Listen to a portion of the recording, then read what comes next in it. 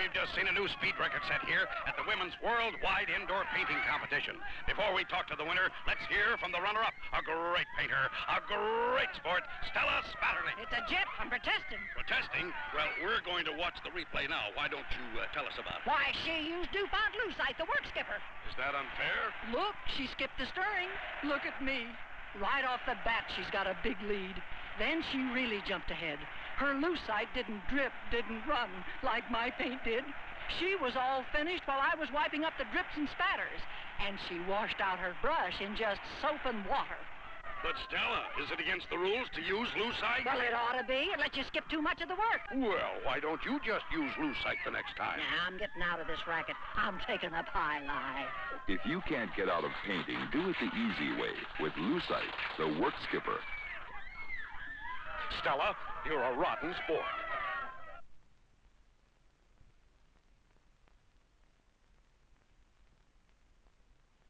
When Yank Durham describes Joe Frazier's plans, he says, I'm going to do this, or I'm going to do that. A lot of fight managers talk this way. But there is something unusual about this relationship. It started when Joe Frazier came back from winning an Olympic gold medal in 1964. He called me, said he was ready to turn. He would like to have a fight. I want to know what I thought of it. And I told him, I said, I think you can be a champion of the world. And Reese will get me a fight, and we'll see what we can do with this. But when I first saw him fight his first pro fight, I said, gee, this guy needs a lot of work. You got to guide this guy the right route. The first fight was a quick knockout of an awkward substitute named Woody Goss. The right route Durham had in mind was a syndicate of businessmen willing to put up enough money to guarantee Frazier a weekly wage. The Reverend William Gray, pastor of Joe's church, interested Dr. Bruce Baldwin in the project. Baldwin, president of Horn and Hardarts, was well aware of what happens to fighters who are pushed too fast.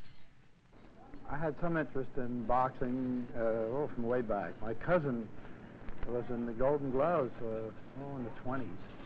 And he's a little younger than I am, but I was interested in his career. And I did see this fellow move too fast. He got in fast company too quickly, and he didn't last. Dr. Baldwin talked 40 friends into pledging $250 apiece. The corporation was named Cloverlay, combining the words clover for luck with overlay for attractive odds. Joe is an employee of the company. He gets a weekly salary, which is gauged on his earnings in the ring, that is, the earnings that are generated out of these fights. If the name was romantic, the arrangement was simple. Frazier's share of the purse was 50% for the first 3 years, increasing to 55% for the next 3 years. Former fighters like Bob Montgomery gather at Frazier's fights and talk enviously of the arrangement. Oh, but terrific. Best, I think Frazier got the best thing up in the boxing game, Joe Frazier. Why is that? Well, he saved his money. The managers don't take it all. The managers, they do pretty good. They dip in that money pretty good, those managers. Yes, they do, boy. They guess it all. You know what the hell happened to them?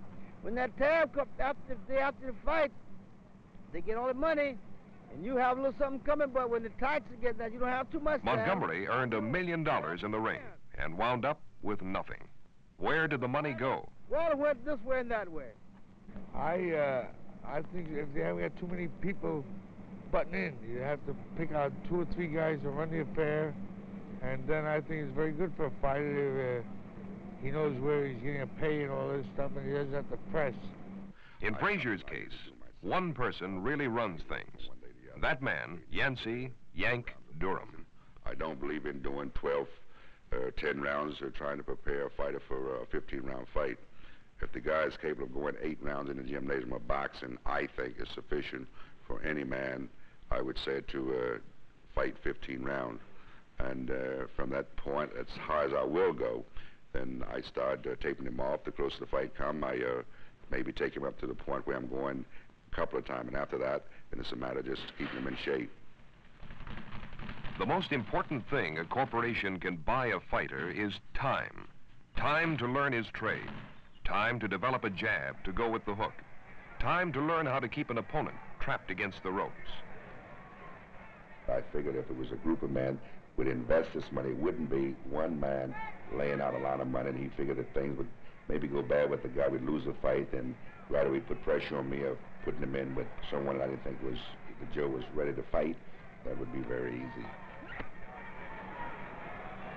With no pressure on Durham to put his young fighter in the ring against name opposition, he matched Frazier with a series of gentle opponents that included unknowns like Dick Whipperman, Toro Smith, Al Jones, Mel Turnbull. Frazier won his first 11 in a row, to no one's surprise, all by knockouts. I had found out what the boy was like when I first gave him my test, not because the public wanted this. It's something that I wanted the fighter to prove to me that he could go 10 rounds, and he was in there with a rough guy, and he proved to me that he could go 10 rounds, even get off the floor and come back and fight. But I think the turning point with Joe and I was when we fought Bonavena. This was Joe Frazier's first real test under fire. Oscar Bonavena was a big, muscular Argentinian veteran with the reputation of being indestructible. Both his boxing style and haircut were unorthodox. In the second round, the huge South American taught Joe an important lesson. Too busy swinging his arms to remember to duck his head, Frazier caught a good right hand.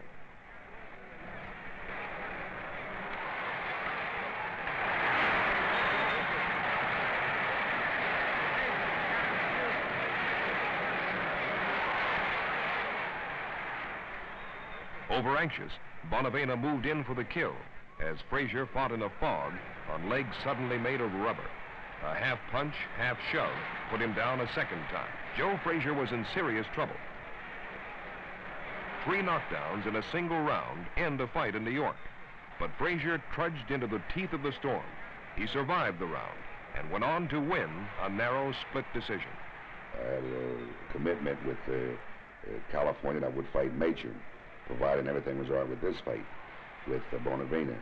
So he says, look, I veered away from you, but please don't take me out of this fight.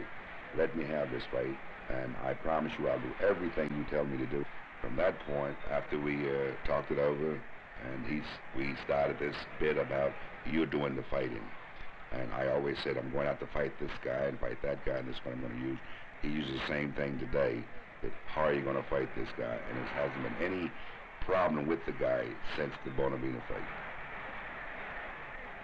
People had been knocking Durham for picking soft spots for Frazier. Now they turned on him for matching Joe with a downhill but dangerous fighter named Eddie Machen.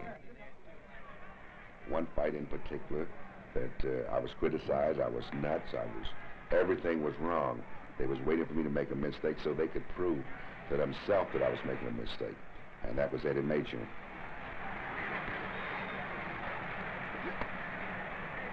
In the first round, Frazier taught the veteran a lesson in power, sending Machen sprawling through the ropes and onto the ring apron just before the bell.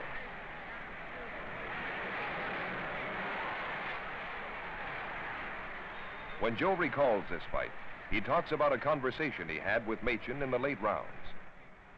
I think around the 7th or 8th rounds, I got in a little close to Machen, what we call getting a little close to him. And I started mixing it up a little with him, so I think I popped him around the side with a right hand. So he told me, says, hey, Joe, baby, you sure could smoke. So you got a mean right hand. I said, yeah, you better look out for that left one, too. I'm coming back at you. Hit hard in the 9th round, Frazier shrugged it off and pounded Machen into helplessness in the 10th. Yank picked him, Joe fought him, and Cloverley prospered. He now had the skills and the experience to match the intangibles he had brought to his job of being a blue-chip investment. There's a lot of guys out there today can take a punch, but who wants to find out, you know? That's the problem. Otherwise, you got to have the heart and the chin don't have too much to do with it. Otherwise, because I think if anybody get hit the right place, you can go down. But it's the idea of having a heart of struggling back up and say, well, look, I'm just ain't gonna go out, you know? This is it. So heart is everything.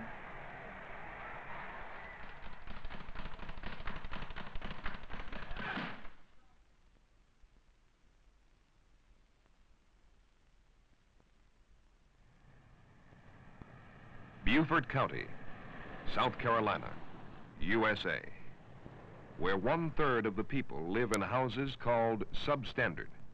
where 4 out of 5 black kids don't finish elementary school, where sickness still haunts overcrowded, underheated shacks. Beaufort, South Carolina. That's where Joe Frazier grew up. One of 9 kids, youngest of 6 boys. Dreams die young in Beaufort County. To bust out of Beaufort, you've got to be strong and healthy and determined. Joe Frazier made it, dreaming some kind of wild-eyed dream. His mother, Mrs. Dolly Frazier, remembers how it started. Well, he just was a good boy. He'd get out by himself and go to play. And start off boxing, he'd get his sack and put some sand in the sack and put it up in the mule lot once in a shed we had for the wagon. And he goes out there and box by himself. He never was a child run around and do too much badness. His sister, Julia, remembers too. He never went around picking on anybody or anything like that, but if anybody bothered him, he was always willing to defend himself. And he was always like a pride and joy of my father. He never wanted anybody to bother Joe or anything. And during the time he was growing up, he always used to say to us that he was going to be the second Joe Louis. Just like my mother always said about the sack and whatnot, he used to pound on. Whenever we told him anything about those sack or call him in to do any of the chores around the house, he would always say, "Oh, leave me alone, you know. I'm gonna fight, you know." I said, "Boy, why don't you get on out of my face and go and find something to do?" He said, "Oh, you all could go on and laugh at me if you want to, but I'm going to be the second Joe Louis." The factories are full of guys who dream of being the second Joe Louis. And so are the street corners. And so are the ghettos. For Joe Frazier, there wasn't that much time for dreaming. There were chores around the house and 12-hour work days on the nearby Bellamy farm. Well, the work around here was hard, that's for sure, and, well, driving tractors in the field, loading vans, otherwise working on the grader machine, and every now and then dig a little ditch also. Well, they didn't pay well, not at all, but right now I think it paid off. Otherwise, I'm strong, I'm in good condition, so maybe that helped. Well, I think of several things. Quite a few things run through my mind when I'm in training camp. Otherwise, I think like I could have been on the farm. I could have been working for somebody else. Otherwise, I'm my own boss. So therefore, this actually gives me a lot of stamina of keep going, because I say, well, hey, look, man, you don't have to work for nobody but me, you know what I mean? He knew he had to escape Beaufort County before it crushed his dream. He headed north. He had married Florence Smith at 16. He was a father at 17. He stayed briefly in New York, then moved on to Philadelphia, got a job at Cross Brothers Slaughterhouse, and summoned his family north. Well, it was a good job. For as I'm concerned, it paid good money. Otherwise, it wasn't nothing to write home to Mama about, but then it was a job, it was a paying job, and it was, you know, it was there, you know, and I could do it, you know, it didn't make no difference. In 1962, with a job that was nothing to write home to Mama about, there wasn't much money in the budget for fancy clothes. But even cheap clothes were a problem, because he'd gotten so heavy he couldn't find pants to fit properly.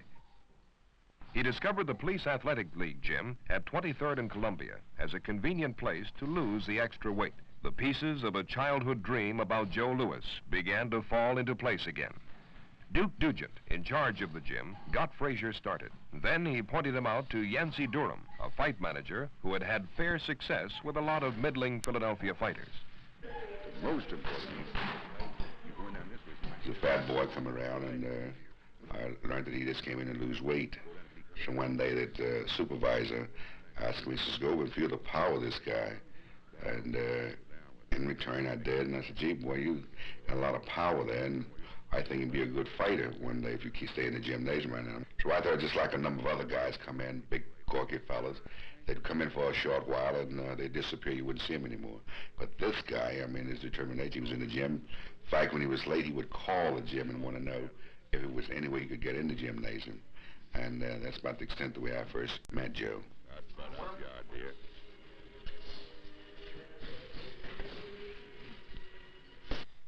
The power was there, but it was raw, unharnessed power.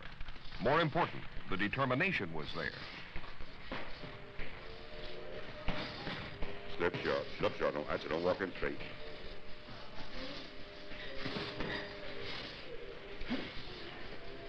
Frazier ripped through the amateur ranks, 38 wins in 40 fights, blasting past people with his powerful style.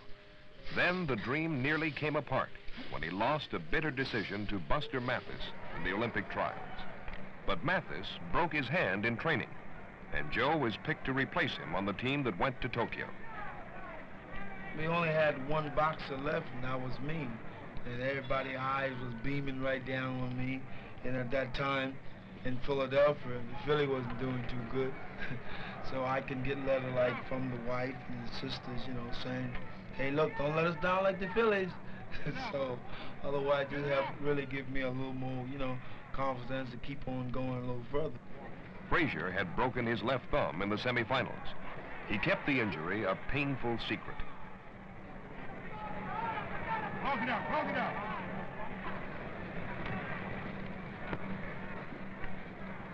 Frazier did better than the Phillies.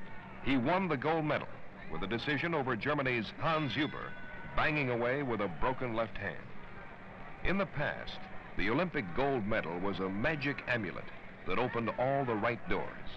It didn't work that way for Joe Frazier. When I came out from the game, the hand was already busted up, and maybe 2 or 3 weeks later, I went to the hospital and I had it operated on. His wife remembers that bleak Christmas back in 1964. Well, we had a little bank account before he left, and when he came back, by that time, with 3 children rather, I had to live. We had to have food and pay the rent. So it was sort of bad because we didn't. By that time he got back, I didn't spend just about all the money, and we didn't have no way to turn to.